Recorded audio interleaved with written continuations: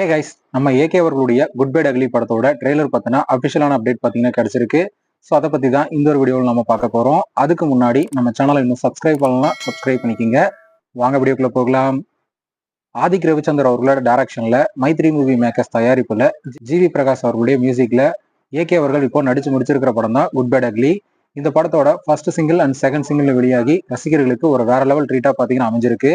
So அதை தொடர்ந்து படத்தோட ட்ரெய்லர் எப்போ வெளியாகும் அப்படின்னு ரசிகர் எல்லாருமே பார்த்தீங்கன்னா எதிர்பார்த்து காத்துக்கிட்டு இருந்தாங்க.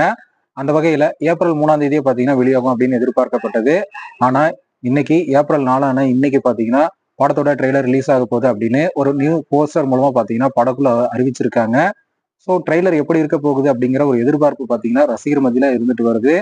அது மட்டும் இல்லாம அந்த ஒரு போஸ்டர்ல ஏகே அவர்களுடைய லுக்கு பார்த்தீங்கன்னா வேற லெவல் இங்கா இருக்கு.